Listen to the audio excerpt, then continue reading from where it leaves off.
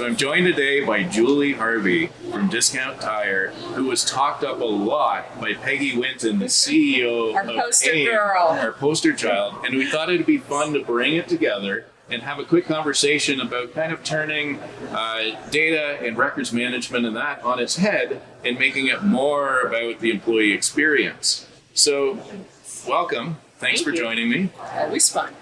And Peggy, maybe you could tell the story again as we went through it before and about how we got in touch with Julie now as to why she inspired you. Yeah. Well, Julie will be part of a panel of a few other certified information professionals that are a subgroup of AIIMs.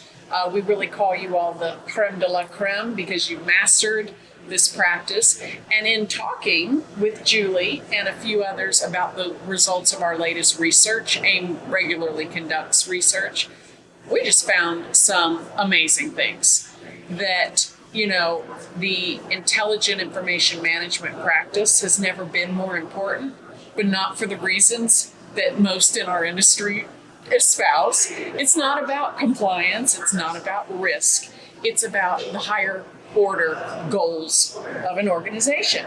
And when Julie told me that she was just brought on at Discount Tire for one reason only, all of her years of records management and governance experience is not to do compliance or to make sure they're abiding by regulations in that industry. It's to help with an employee experience. And so what is your title there? It's Senior Director of Employee Experience Technology Lead. I mean, how to say. cool is that? Yeah. And I just thought her story tells the story that our data is talking about. And I couldn't imagine a better example of how to change the narrative, as Dr. Harvey has said this morning. Yeah. Yeah, that's perfect because Discount Tire, an essential service, we need to travel. And especially during a pandemic, these things need to happen. However, there's going to be an evolving workforce as we emerge out of the pandemic. Was that the big catalyst for this? And where did the vision come from within Discount Tire, and how did you latch onto that? Thank you. Well, I actually have been working for them as a contractor for the past couple of years. I stood up their information lifecycle management program and also their privacy team. They had, just kind of starting with risk management and governance and information governance. And as a privately owned family business, we settled on information lifecycle management program as opposed to governance, right? So just trying to bring more awareness in the importance of effectively managing the information. So that was part of what I've been doing for the last few years. And got that program to the point where it was sustainable, and we hired somebody to come on as a manager to now run that program. And at that time, about the same time, they brought in somebody from Amazon, who's now my boss, in the people operations part of the business. And he had been hired in part because the pandemic did result in just a reduction in workforce, right? And you said what percentage? It was just about 41%. When the pandemic hit and the office stores had to close, then the government said, well, you're an essential business. So it was less than a week later, we went back to work, and almost 42% did not return. Our average age is 16 to 22 years old.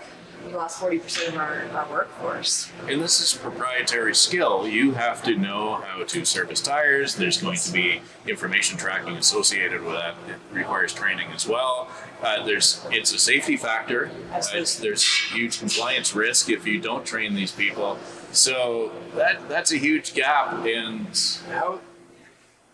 how have you transformed these practices? What information are you tracking, and what systems are you bringing in? Maybe give kind of a landscape as to how you're attacking this idea. Sure, thanks. The AIIM program was actually part of the RMOQ, is what it's called, Risk Management and Operational Quality. So those are two combined, what typically would be two different business segments, because safety and quality is such a critical component of what we do.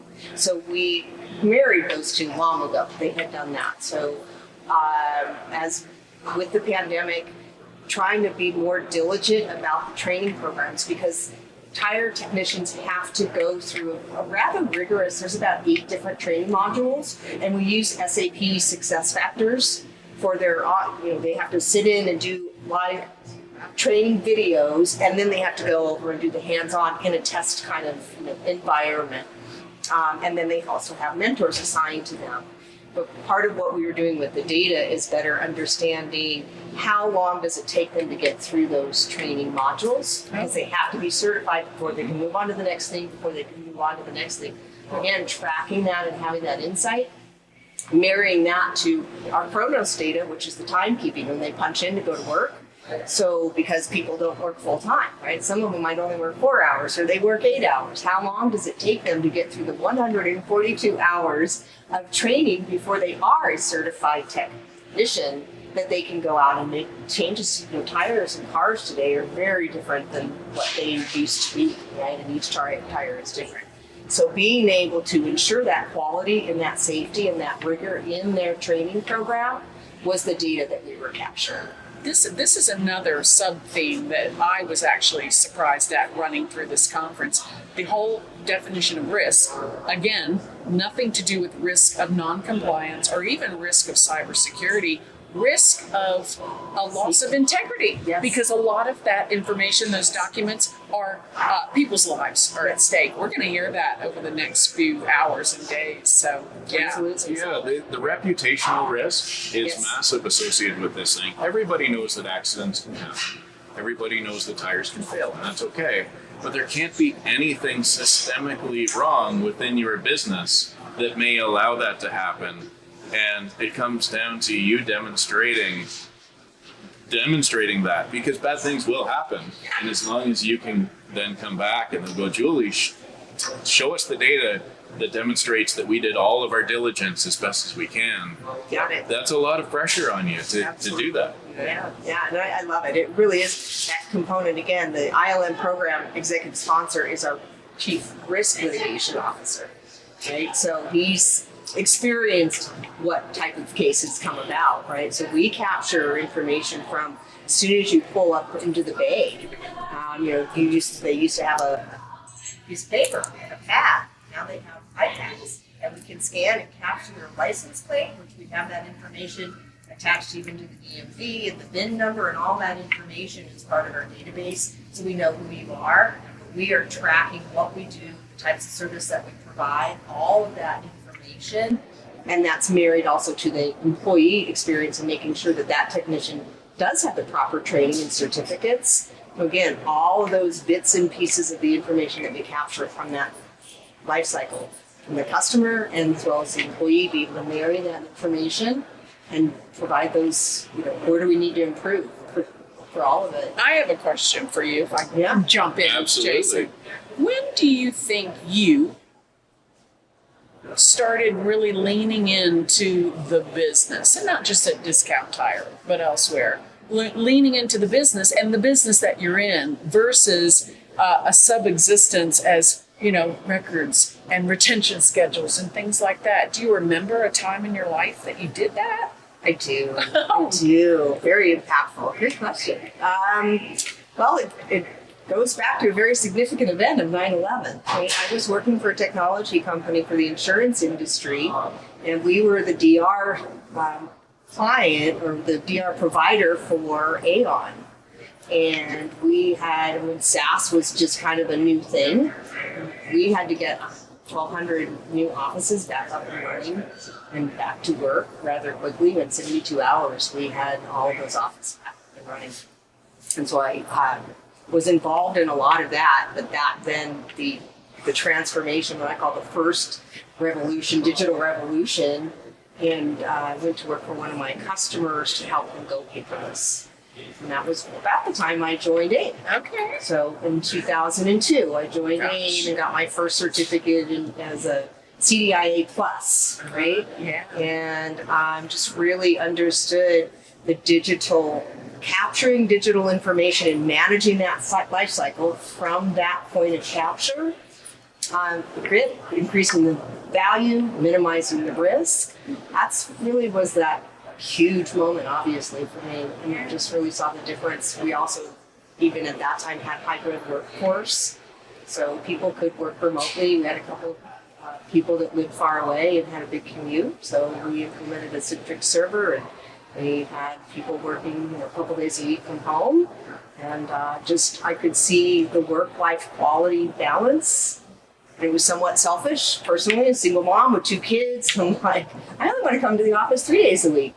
So it was just a lot of that, really bringing that together and just having that purpose and that mastery. And I'm very grateful that I've had AIIM to help grow my education and my knowledge along the way. And I've told you that before. I am so grateful for all of the education, the networking, and everyone that has helped me with my career and my journey from day one. You've been a great asset to us and our community. Well, it's so cool, and in a sense, it's sad. Like, I mean, that we have to have disasters of various capacity in order, for less loss of life. Like, I even think of Volkswagen when they cheated on their tests, and then that became a big records issue because they had to find out legally who might be responsible, who knew, and these types of things. But it always seems to be, whether it's a corporate disaster like that or a real-life human disaster like 9/11, that inspires people to act.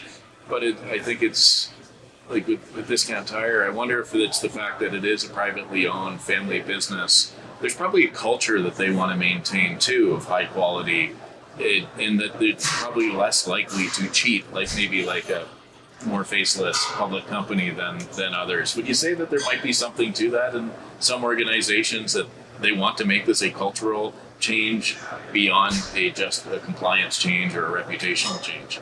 I think that's a great question. So the founder of the company passed away about 3 years ago, Bruce Hawley, and his culture and just who he is as an individual, he really is a pay it forward. We have 5 life lessons: work hard, have fun, be grateful, pay it forward.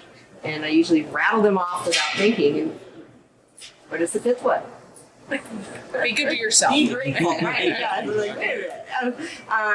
With that culture of, he also, because it's a car company, he labeled our mission as IUGA, like a car, Yep. which is integrity, our customers, our people, and growth and attitude. So those are kind of our mission statement, and everything that we do is to care for and cultivate our people, which then obviously creates happy customer, right? Happy employee and happy customer. So we are really, part of my role was to ensure that we sustain and somewhat revive the culture that he started in 1960. And they are one of the largest privately owned family businesses. They were written up in Forbes, I think it was in 2012, for a successful family-owned business. When we talk about data privacy, and a lot of folks in our world latch on to regulations and think we're going to be the best GDPR, CCPA, whatever organization, their executives aren't worried about non-compliance with the regulation. They are worried about reputational damage and customer loyalty. Yes. And a few of them, like it sounds like the family of Discount Tire, think it's the right and ethical thing to do. It really is. But our people don't always think of it that way, and that's a true differentiator. Oh, for sure. I think it's just human nature to follow the path of least energy. Go downhill where you can. Can I get away with not doing that? If I spend a little bit of money over here, I can create 3 more widgets, or I can spend money over there and then be more compliant. Where are you going to spend your money? It's always in this path of least resistance. And I think what family-owned companies do, and what brands who really consider their brand to be first and their customers to be first, recognize the fact that there is a very calculable goodwill associated with that has real-life balance sheet value, and you will lose that in an instant if you don't try to instill some of these behaviors. Yeah, absolutely. And that's exactly what we're trying to carry on, his legacy. And all new employees will go through and understand the history. There's a book called 6 Tires, No Plan, and that is his book. Wow. But, he had a couple of failed businesses along the way, and it was during the Depression, and he had a family to raise, and all he had left was 6 tires, literally, and no plan. And he started offering customer service. They were based in Ann Arbor, Michigan. It's a phenomenal story. It's a great little book. It's very, very inspiring. And he said, I'll put your chains on your tires for free. You know, if you come back to us when you need a tire. And that's where it started. And now we have over 1,100 locations, 26,000 employees across the U.S. We're now based and headquartered in Phoenix, Arizona. We got tired of being in the cold. But, and the family still runs the business today. It's his son-in-law runs the business, and what we call the original 5, their children and their children's children work at Discount Tire. So it's just very much that culture is alive today. We all have angels. If I were at the office and you go to work for them, you have an angel on your shoulder, so they hand out their little angel. All of the executives always have that angel. It sounds hokey, but it probably works, right? Yeah, they're sincere about it.